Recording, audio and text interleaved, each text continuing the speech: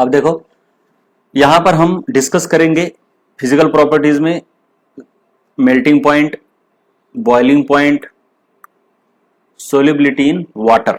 Solubility water के अंदर ही ज्यादा हमको इंपॉर्टेंट है। पहले देखेंगे हम what is melting point and boiling point. एक तो देखो ये बॉइलिंग में होता क्या है और इवापोरेशन में इंटरमॉलिक्यूलर बॉन्ड ब्रेक होते हैं, लेकिन मॉलिक्यूल अनअफेक्टेड रहता है। जैसे कि देखो यहां पे मैंने निकाला है, ये इसके नीचे लिक्विड फेज है और इसको हीट करने पर इवेपोरेट हो रहा है। देखो आराम से देखो, ये जो बॉन्ड है ये केमिकल बॉन्ड है हाइड्रोजन और क्लोरीन के बीच। ये delta positive delta negative electronegativity difference की वजह से आ गया। ये दूसरा मॉलिक्यूल है, रेड और ब्लू कलर के दो मॉलिक्यूल है,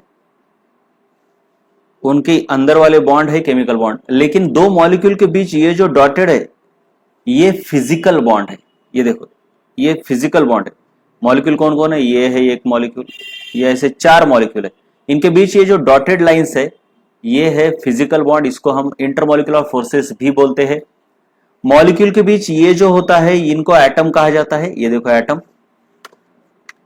देखो ये आराम से यहाँ पे एटम किसको बोला गया है और मॉलिक्यूल किसको बोला गया है, फिजिकल बॉन्ड केमिकल बॉन्ड। अब हीटिंग में क्या होता है, इन दोनों के बीच जो बॉन्ड था फिजिकल बॉन्ड वो ब्रेक हो जाता है, लेकिन केमिकल बॉन्ड हीटिंग में ब्रेक नहीं होता, यूजुअली नहीं होता। बहुत ज्यादा अगर स्ट्रॉन्ग कंडीशन है तो हो जाता है, लेकिन बॉइलिंग में इवेपोरेशन में नहीं होता। सो सिर्फ फिजिकल बॉन्ड्स ब्रेक होते हैं, मॉलिक्यूल एज इट इज रह जाते हैं। इतना याद रखो। बॉन्ड के बारे में अभी आगे देखेंगे हम।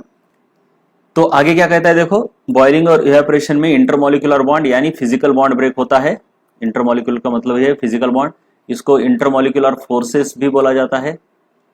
मॉलिक्यूल इज अनअफेक्टेड मतलब मॉलिक्यूल के अंदर के बॉन्ड वैसे के वैसे रह जाते हैं। The compounds having weak intermolecular forces, ये बहुत इंपॉर्टेंट है।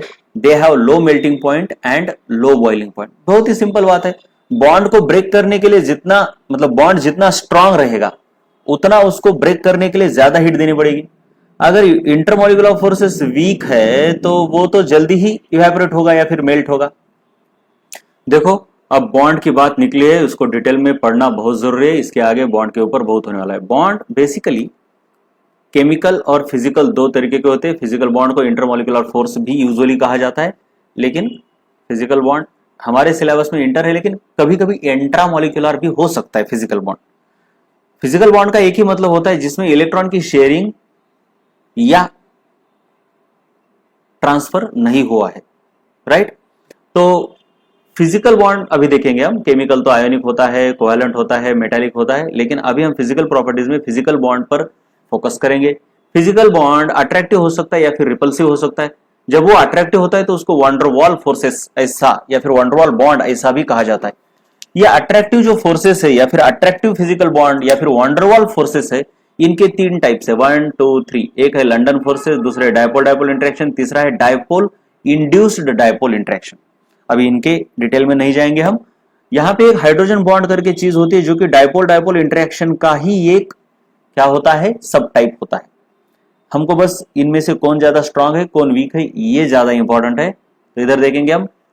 अब देखेंगे hydrogen bond is a special type of strong dipole dipole interaction. इसी के अंदर जो एक स्पेशल टाइप है और जो सबसे ज्यादा स्ट्रॉन्ग डायपोल डायपोल इंटरेक्शन होता है उसी को हम बोलते हैं हाइड्रोजन बॉन्ड।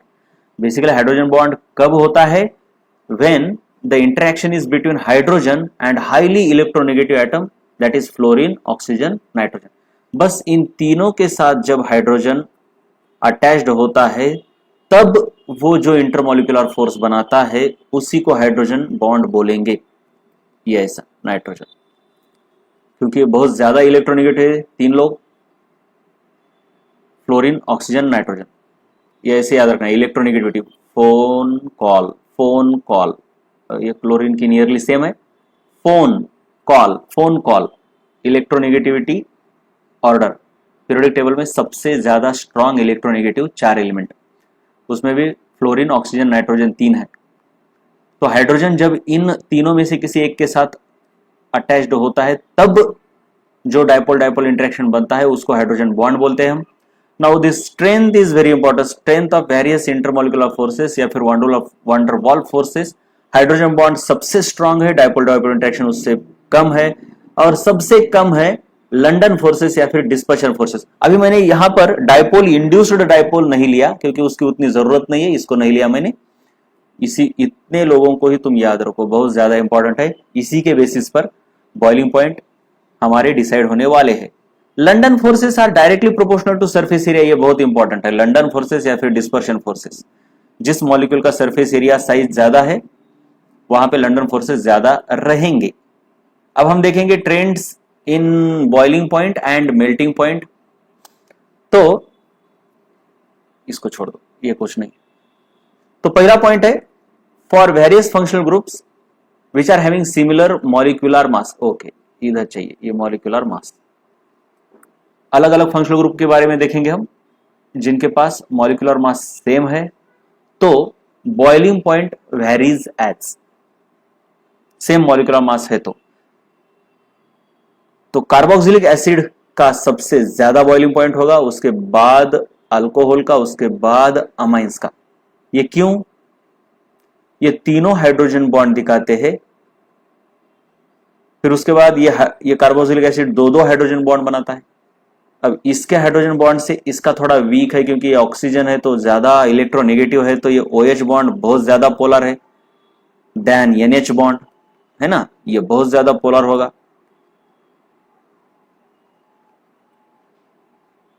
इसलिए इसका हाइड्रोजन बॉन्ड स्ट्रांग होगा।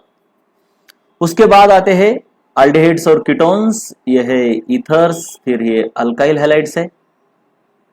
और सबसे कम बॉइलिंग पॉइंट रहता है फॉर सिमिलर मासेस हाइड्रोकार्बन का, क्योंकि इनके अंदर लंडन फोर्सेस है, यहां पर डायपोल डायपोल इंटरेक्शन है। तो हमने देखा कि जो बॉन्ड की स्ट्रेंथ है उसी हिसाब से, ये देखो ये जो है इसी के हिसाब से क्या है, बॉइलिंग पॉइंट का भी ट्रेंड है। जो बॉन्ड जितना स्ट्रांग उसके बॉइलिंग पॉइंट उतने ज्यादा।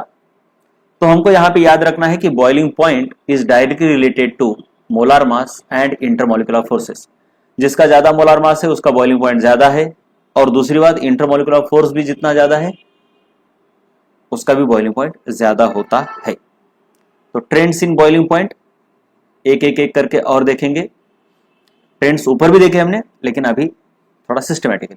सबसे पहले for homologous series. Homologous series यानी फंक्शनल ग्रुप वही रहता है, बस कार्बन और हाइड्रोजन की संख्या बढ़ती है यानी मोलार मास बढ़ता है। So for homologous series, boiling point and melting point go on increasing with increase of carbon atoms।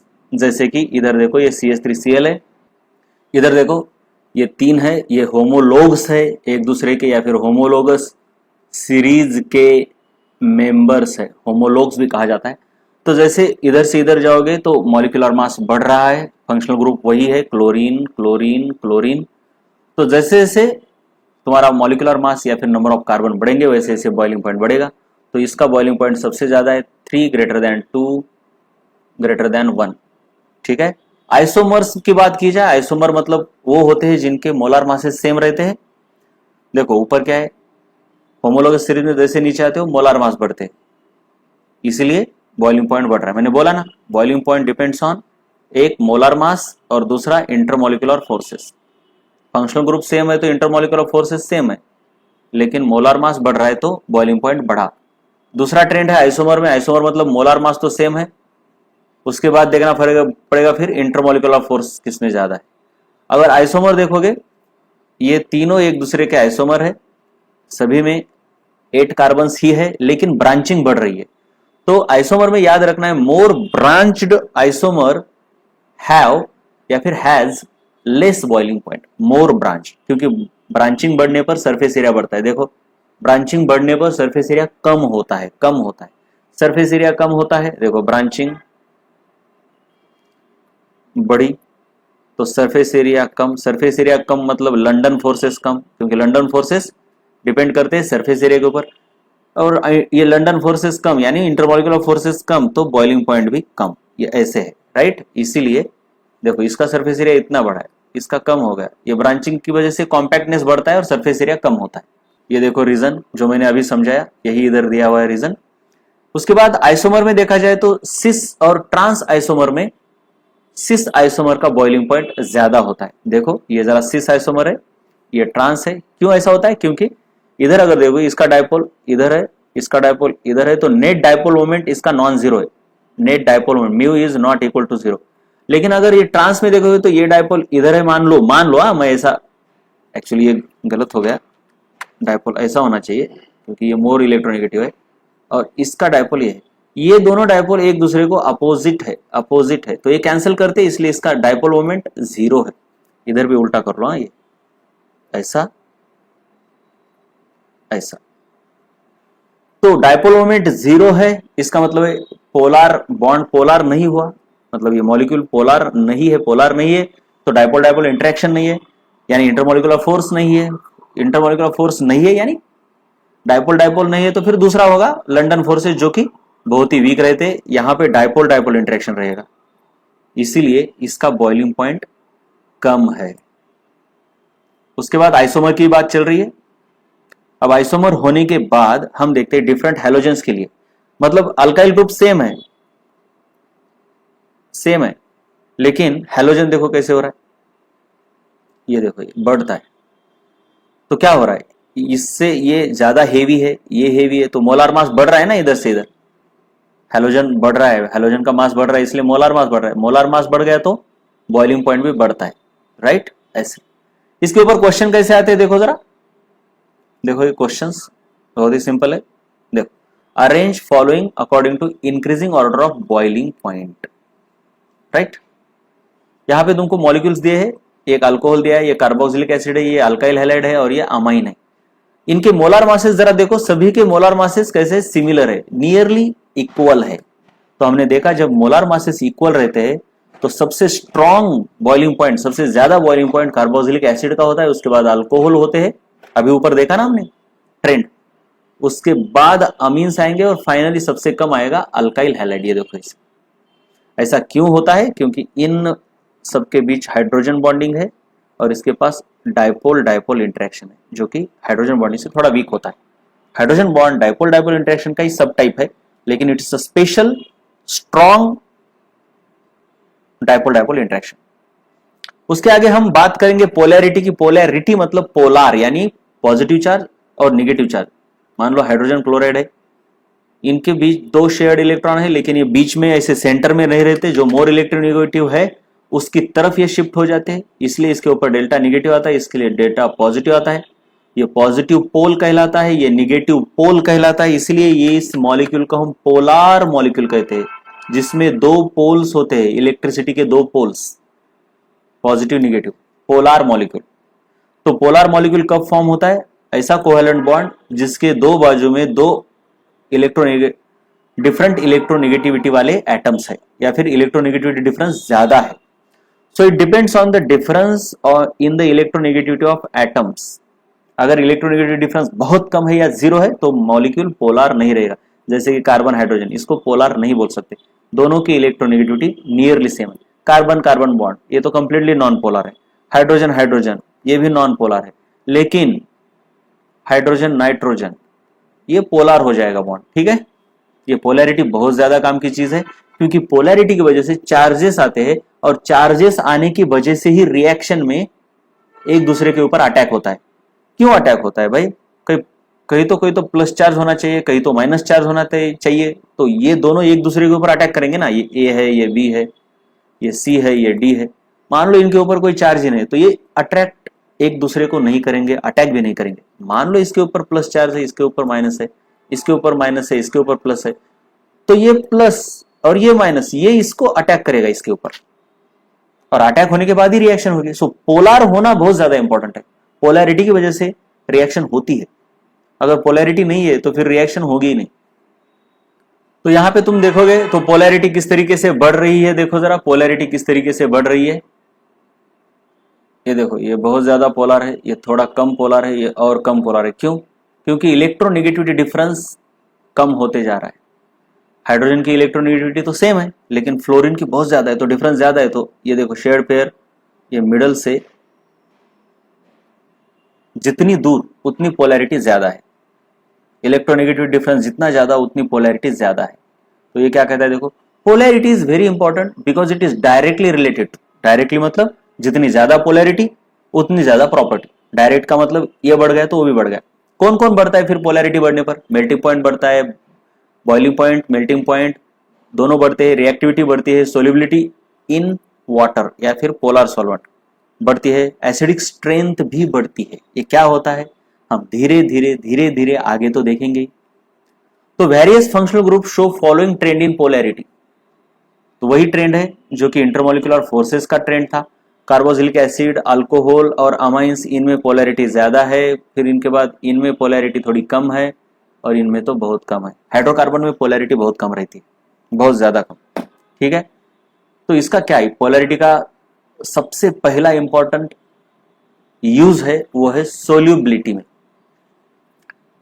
Solubility यानी वाटर के अंदर कौन कैसा सोल्यूबल होता है, वाटर के अंदर नहीं, किसी भी सॉल्वेंट के अंदर कौन सा मॉलिक्यूल या फिर कौन सा फंक्शनल ग्रुप ज्यादा सोल्यूबल है, इनके ट्रेंड्स हम स्टडी करते हैं। सोल्यूबिलिटी में सबसे बेसिक प्रिंसिपल याद रखना है, like dissolves like. Polar substance polar में डिसॉल्व होगा और नॉन पोलर में डिसॉल्व होगा। लेकिन हम अभी फोकस करेंगे solubility in water, that is solubility in polar solvent. यही ज्यादा स्टडी की जाती है, इसी के ऊपर ज्यादा क्वेश्चन आते हैं। सो अगर हम देखेंगे alkyl halides, they have lower polarity.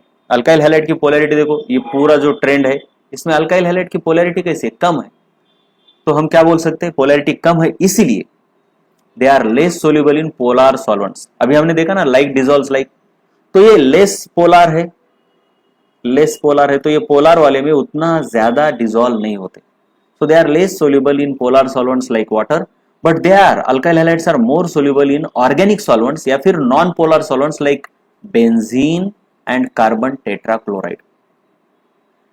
कोई भी अगर आप देखोगे ऑर्गेनिक मॉलिक्यूल कोई भी देखो तो उसमें क्या होता है, तो ऐसे एक कार्बन की चेन होती है और आगे एक फंक्शनल ग्रुप होता है। जैसे कि ये देखो, ये कार्बन की चेन है और ये फंक्शनल ग्रुप अल्कोहल है।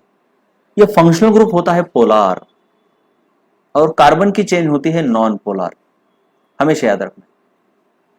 सो this polar part helps in solubility in water whereas non polar part resists in solubility in water.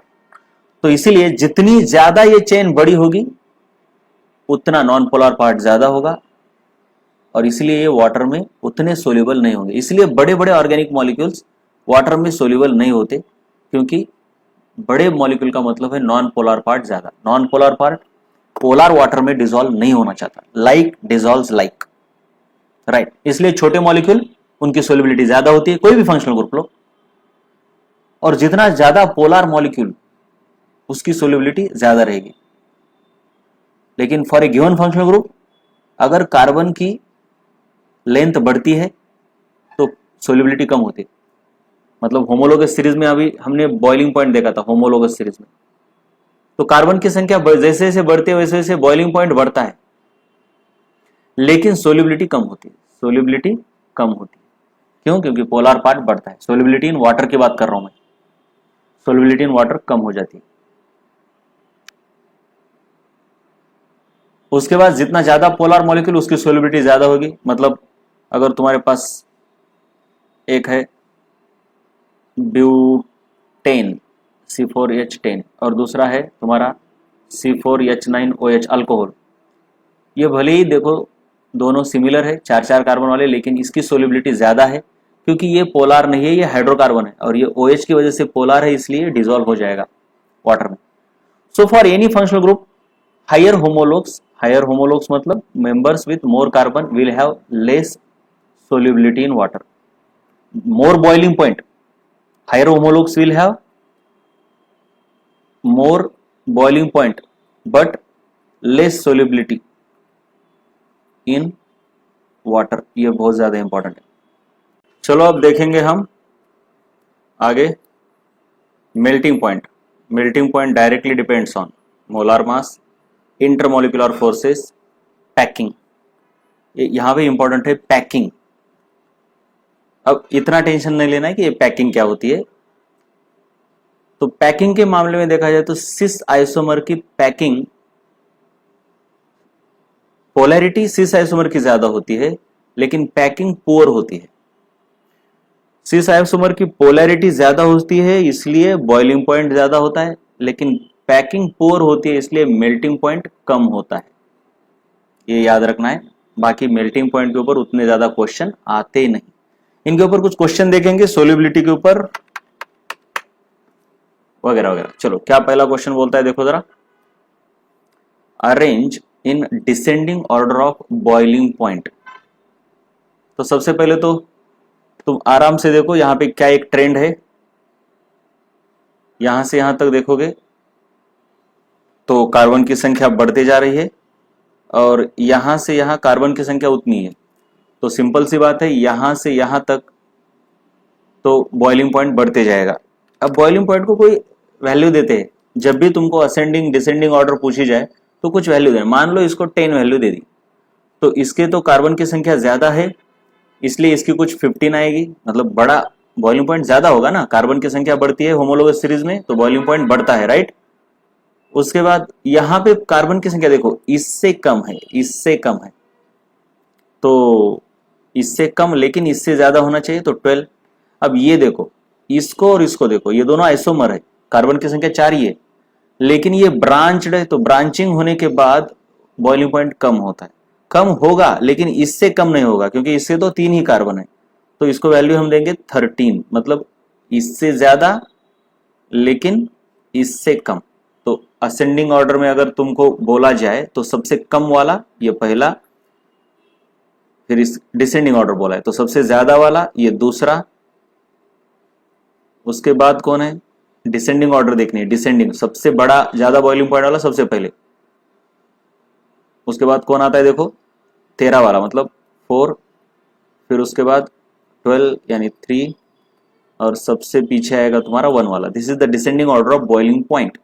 नीचे देखते हैं चलो, असेंडिंग बोला है, ascending order of boiling point. यहां पे क्या पैटर्न दिखाई दे रहा है जरा देखो, यहां पे फंक्शनल ग्रुप चेंज किए और कार्बन की संख्या उतनी नहीं लेकिन मोलार मास नियरली सेम है। जरा देखो चेक करो मोलार मास, क्योंकि तुमको क्वेश्चन ऐसे ही देंगे, वो ऐसे ही देंगे किसी ना किसी ट्रेंड में फिट होने के लिए, राइट। तो मोलार मास लगभग सेम है इनके, तुम करके देखो। तो मोलार मास सेम है तो अल्कोहल का सबसे ज्यादा होता है बॉइलिंग पॉइंट, तो इसको दे दो 10 वैल्यू, फिर इसको कुछ कम देनी पड़ेगी, कुछ 5 दे दो अल्कोहल से कम। उसके बाद ये तो हाइड्रोकार्बन है अल्केन, हाइड्रोकार्बन की इससे भी कम होते, मान लो कुछ 3 वैल्यू दे दी हमने, रफ दे रहे हैं हम। अब देखो ये दोनों अल्कीन है, अब याद रखना है हाइड्रोकार्बन में सबसे ज्यादा बॉइलिंग पॉइंट होता है अल्केन का, उसके बाद होता है अल्कीन का, अगर सिमिलर मोलार मासेस है तो उतने ही कार्बन है तो, और इसके बाद अल्काइन का होता है, राइट, क्योंकि हाइड्रोजन की संख्या कम होती जाती है, सरफेस एरिया भी कम होते जाता है, इसलिए ये ट्रेंड है। तो इन दोनों की तो बॉइलिंग पॉइंट 3 से कम होगा, लेकिन उसमें भी एक सिस है और एक ट्रांस है। तो हमने देखा है कि सिस का बॉइलिंग पॉइंट ज्यादा होता है क्योंकि उसमें पोलैरिटी रहती है, तो इसको 2 देंगे, इसको 1 वैल्यू देंगे। तो ये एक्चुअली डिसेंडिंग ऑर्डर में है, तो असेंडिंग ऑर्डर में इसका उल्टा होगा, 4 से बड़ा, ये असेंडिंग है, देखो असेंडिंग ऑर्डर मतलब सबसे छोटा पहले, फिर 4, फिर 3, फिर 2 और फिर 1। इस तरीके से तुम्हारा ये बॉइलिंग पॉइंट की ऑर्डर आ गई। यहां क्या बोला है, डिसेंडिंग ऑर्डर ऑफ सोल्यूबिलिटी, ठीक है। डिसेंडिंग ऑर्डर आप देख लो, पहले मैं यहाँ पे वैल्यू देके बताता हूं। सोल्यूबिलिटी में क्या है, एक पोलैरिटी काम करती है और उसके बाद है कार्बन की चेन बढ़ गई तो सोल्यूबिलिटी कम होता है। तो सबसे ज्यादा पोलर यानी सोल्यूबिलिटी इन व्हाट, एक तो सबसे पहले कुछ नहीं दिया, इसका मतलब सोल्यूबिलिटी इन वाटर ऐसे ही होगा, यूजुअली देंगे वो, लेकिन कुछ दिया नहीं तो समझने का कि वाटर के अंदर ही पूछा है, वाटर यानी पोलार है। तो उसमें हमने ट्रेंड क्या देखा है, पोलार वाले पोलार में मिक्स होते हैं, तो सबसे ज्यादा पोलार अल्कोहल होता है क्योंकि ये OH बॉन्ड काफी पोलार है, O और H में बहुत ज्यादा डिफरेंस है इलेक्ट्रोनेगेटिविटी का। उसके बाद ये है, ये डायपोल डायपोल यहाँ पे इंटरेक्शन होगा। अब इन दोनों में देखो, इसको अगर मैं सबसे ज्यादा वैल्यू देता हूं, मान लो 20 दे दी, तो इसको कुछ कम देनी पड़ेगी 15। अब इसको और इसको देखो, ये होमोलोग है, मतलब एक कार्बन बड़ा है, तो होमोलोगस सीरीज में कार्बन की संख्या बढ़ने के बाद सोल्यूबिलिटी कम होती है, तो इसको 10 दे दो। और ये तो हाइड्रोकार्बन है, तो हाइड्रोकार्बन तो कंप्लीटली मतलब नॉन पोलर रहते हैं, तो उनकी सोल्यूबिलिटी बहुत कम रहती है, तो ये अब इसकी ये डिसेंडिंग ऑर्डर, एक्चुअली ये डिसेंडिंग ऑर्डर में ही हमको रेडीमेड मिल गया।